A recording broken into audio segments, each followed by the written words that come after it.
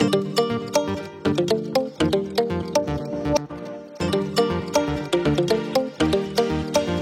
Friends, మన ఛానల్లో second long trip అయితే ఇప్పుడు స్టార్ట్ చేస్తున్నాం. శ్రీకాకుళం నుంచి రామేశ్వరం వరకు. ఈ మొత్తం మనం శ్రీకాకుళం నుంచి రామేశ్వరం వెళ్ళాలనుకుంటే 1500 కిలోమీటర్లు అయితే ఉంటుంది.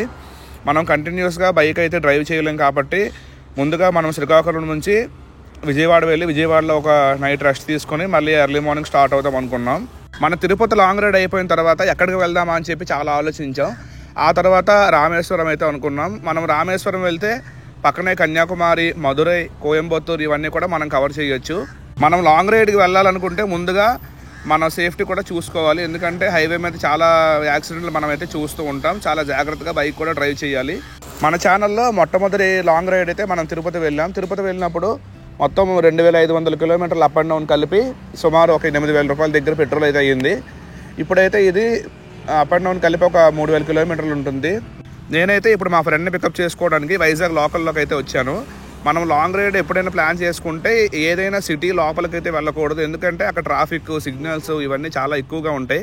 నేను కూడా మా ఫ్రెండ్ని తీసుకోవడం కోసం వైజాగ్ లోపలికి వస్తే ఇక్కడ ట్రాఫిక్ అయితే చాలా ఎక్కువగా ఉంది. దీనివల్ల మనకి ఎక్స్ట్రా టైం అయితే అవుతుంది.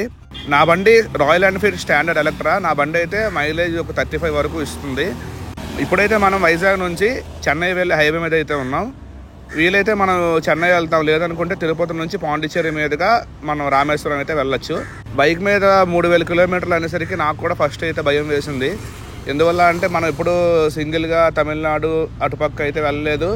వెళ్ళినా ఫ్యామిలీతో ఇప్పుడు వెళ్తూ ఉంటాం. కానీ ఒకసారి మీకైతే ఆలోచన ఉంది అనుకుంటే తప్పకుండా వెళ్ళండి.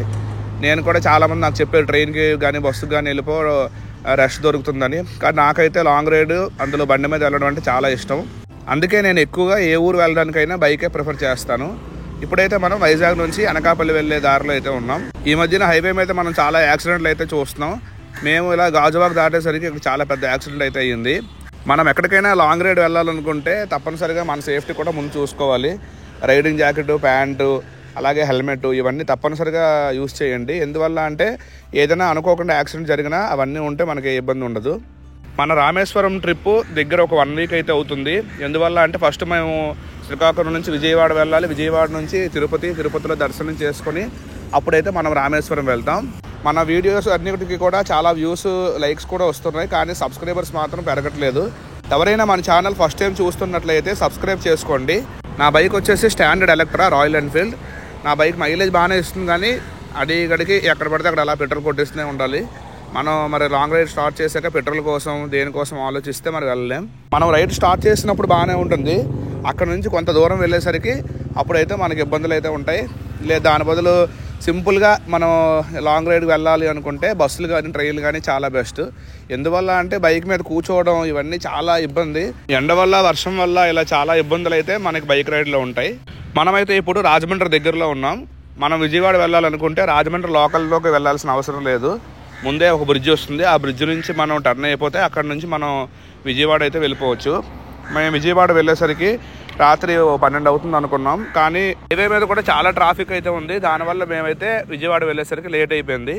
మనం ఎర్లీ మార్నింగ్ నుంచి నైట్ లోపు ఎంతైనా మనం డ్రైవ్ చేయగలం. కానీ నైట్ డ్రైవింగ్ అనేది చాలా కష్టం. ఎందువల్ల అంటే మనం డైలీ 10-10:30 కల్లా పడుకుంటాం. కానీ ఈ బైక్ రైడింగ్ వల్ల వెళ్ళిపోదాం అనుకుంటాం. కానీ దానివల్ల చాలా ప్రమాదం అయితే ఉంటుంది. మేము కూడా విజయవాడ వరకు వెళ్ళి అక్కడ రెస్ట్ తీసుకుందాం అనుకున్నాం. కానీ విజయవాడ వెళ్ళేసరికి డార్మిటరీలు కానీ రూమ్స్ కానీ అసలు ఖాళీ లేవు. రూమ్స్ కొన్ని ఉన్నాయి కానీ అవి మరీ ఎక్కువ ప్రైస్ చెప్తారని మేము గుంటూరు కానీ నెల్లూరు కానీ వెళ్ళిపోదాం అనుకున్నాం. మనం ఈ రూమ్స్, ఈ లాడ్జ్లు ఇవి తీసుకునే బదులు ఒక టెంట్ ఏదైనా ఏర్పాటు చేసుకుంటే చాలా బాగుంటుంది. ఎందువల్ల అంటే ప్రజెంట్ అయితే నాన్ ఏసీ రూమ్స్ కానీ ఏసీ రూమ్స్ కానీ ఇవైతే బయట చాలా ఎక్కువ ప్రైస్ అయితే ఉన్నాయి. దాని బదులు ఒక టెంట్ కొనుక్కుంటే ఎక్కడ ఖాళీగా ఉంటే అక్కడ ఏర్పాటు చేసుకుని పడుకోవచ్చు. నేను మా ఫ్రెండ్ విజయవాడలో రూమ్స్ లేవు కదా అని డైరెక్ట్గా నెల్లూరు వెళ్ళి నెల్లూరులో రూమ్ తీసుకుందాం అనుకున్నాం. కానీ విజయవాడ దాటి ఒక 30 కిలోమీటర్స్ గుంటూరు వెళ్ళేసరికి అసలు బైక్ అయితే డ్రైవ్ చేయలేకపోయాను. ఫుల్ అయితే నిద్ర వచ్చింది. అంత నిద్ర వస్తున్నప్పుడు మనం బైక్ డ్రైవ్ చేస్తే మళ్ళీ ఏదైనా అయితే మనకే రిస్క్. కాబట్టి నేను మా ఫ్రెండ్ కూడా గుంటూరులో ఏదైనా రూమ్ తీసుకుని ఉండిపోతాం అనుకున్నాం. ఇంతకుముందు మనం నైట్ టైం జర్నీ చేయాలనుకుంటే రోడ్ల మీద మనకి ఎటువంటి ఫెసిలిటీస్ అయితే ఉండేవి కాదు.